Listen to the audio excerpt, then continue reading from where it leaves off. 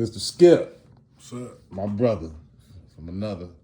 I'm up here with the one and only Mr. Skip from the Mr. Lou. Skip from the Lou. And man, I've been friends with this brother for a long time. He used to come down in this same basement, cut me, other partners here, walk home from school, have all kind of stories and all kind of visitors up in here.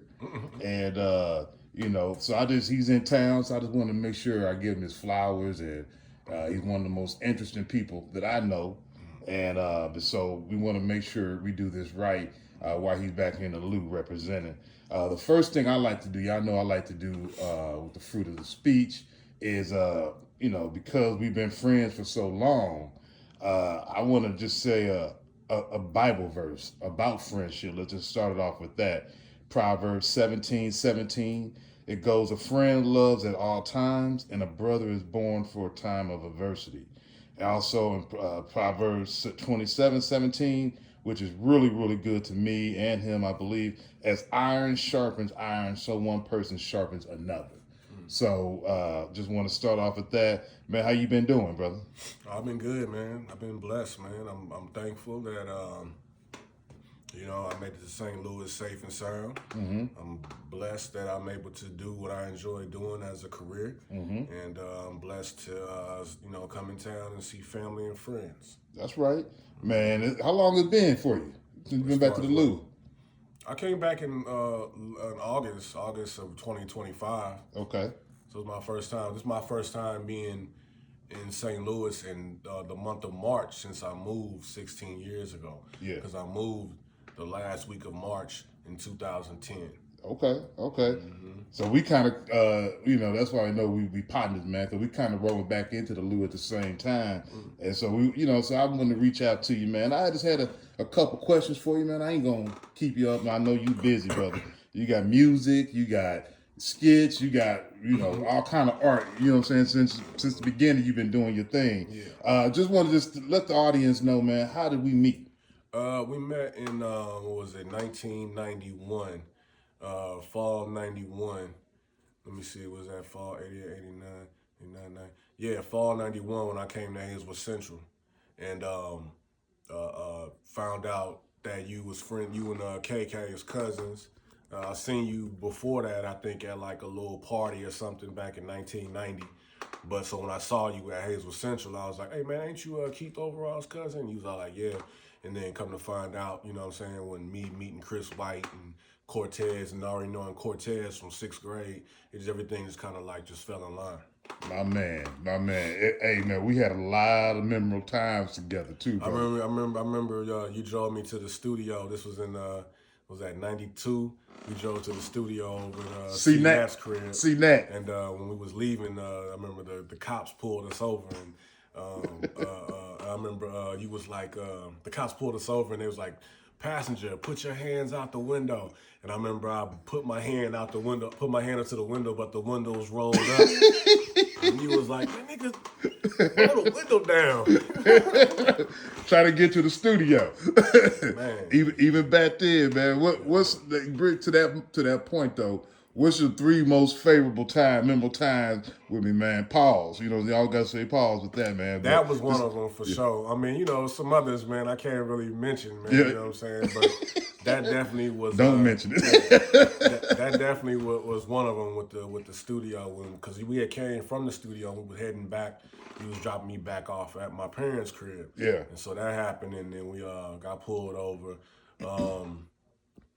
Man, I'm trying to remember, man.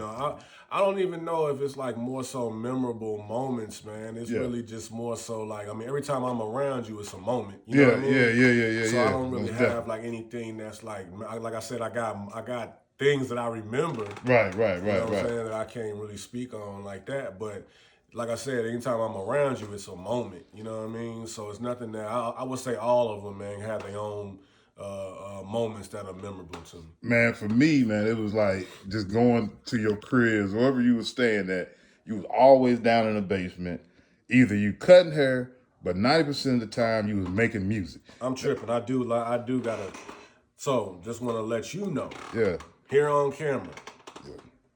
This man is the reason why I'm basically doing what I'm doing to this day. Man, what you talking about, man? Let me tell you something, man.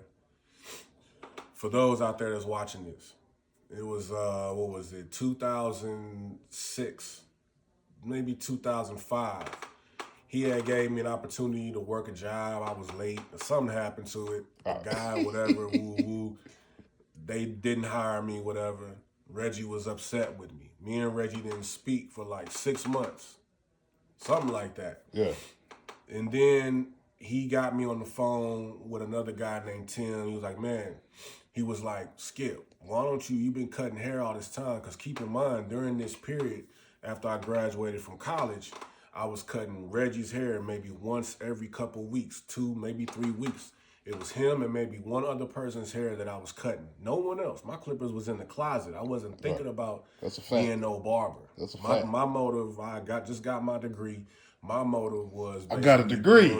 Going to school, get a good job, and do my music, producing music. This man said, dude, you've been cutting hair all this time. Why not go to barber school and get your license? I said, nigga, I'm not trying to be a barber. I got a degree. He said, well, nigga, it wouldn't hurt. You know what I'm saying? For you to at least give it a try. I said, you know what? Maybe you're right.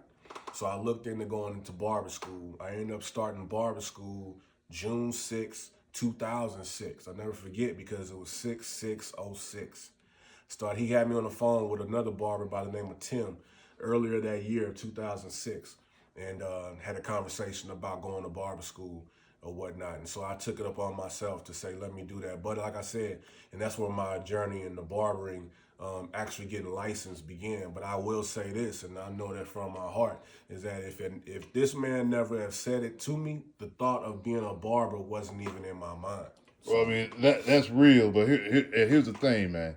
Like, this brother right here, he can do he can do hair, he can do music, he can draw. He's one of those. Draw, nigga. You know what I'm saying? Well, I was trying to. You was trying to draw. I was doing designs and stuff. people's heads. Exactly.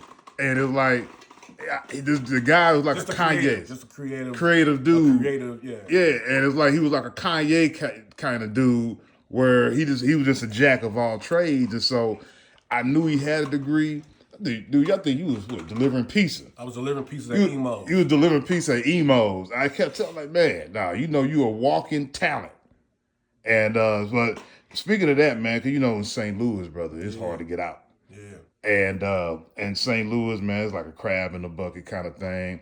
And so let the people know how you got started with music and how you got started with barbering and what drove you to it. I started cutting hair in spring 1990, and that was pretty much just from hip hop.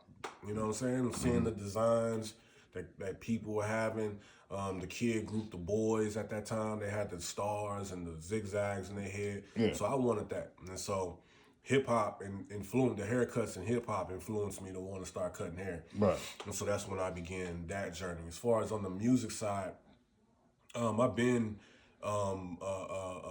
very much into music, way ahead of my time. My time as far as in my surroundings. I was always listening to advanced music, growing up as a kid. Versus listening to music with words, I would listen to music that didn't have words as well. That's a fact. And so, my first encounter with actually recording songs with me rapping was in 1989, in 8th grade, with a friend of mine named Chris Smith, who goes by C Nat. C Nat. But it wasn't Shout out to C. and so I've been recording music all that time, but it wasn't until May of 1996 was when I first started making beats. Man, because you was always in the basement. You know what I'm saying? You were underground king out here in St. Louis. And so you was always, every time I came over there, I'd be like, what you doing, Skip? Man. I was doing something. And you was making a beat. I mean, you was like a surgeon out there. So, man, just wanted to say shout out to that, man, because you always been since the 80s. So you've been doing this thing, man. Let me know, man, just to wrap it up. I know you're busy. What's next, brother? What's next is just to continue being, continue doing what God put me here to do, man. Yeah. I mean, you know what I'm saying? I've been he brought me this far. You know what I'm saying? And I've on, like I tell folks, I'm just a passenger in his vehicle. You know what I'm saying? So I would say what's next for me is to continue doing what I've been doing and never let limitation stop me from getting to where I need to go. Man, that's real right there, man. Just on some player stuff, man. Like I said, y'all, this is my brother. I've been knowing him for half of my life, probably more than half of my life, and so many stories. At this point now. And we down here in the basement, you know, back in the day. Boy, he slid down the basement and coming down here to cut hair. Cut hair. He came down here to cut hair. This real funny story. It slid down the basement. It was icy out there, wasn't it? Icy. And slid and broke the banister rails. Broke the rails. Coming down this very basement.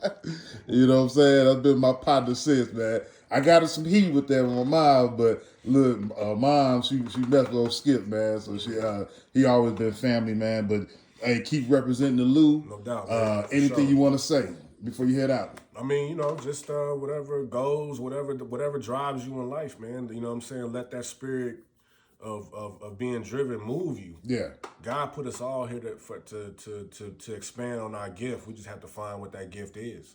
Man, that's everyone. That's what I'm saying. Like no human on this earth wasn't brought here without a certain gift that they have.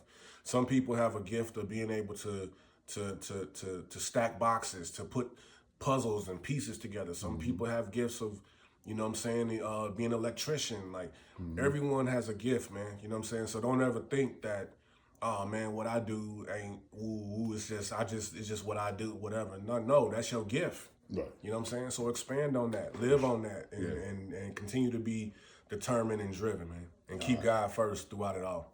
Man, my man. We proud of you, Mr. Skip. Represent the Lou. And keep doing your thing, my man. Thank you, God man. bless you, brother. So, yep.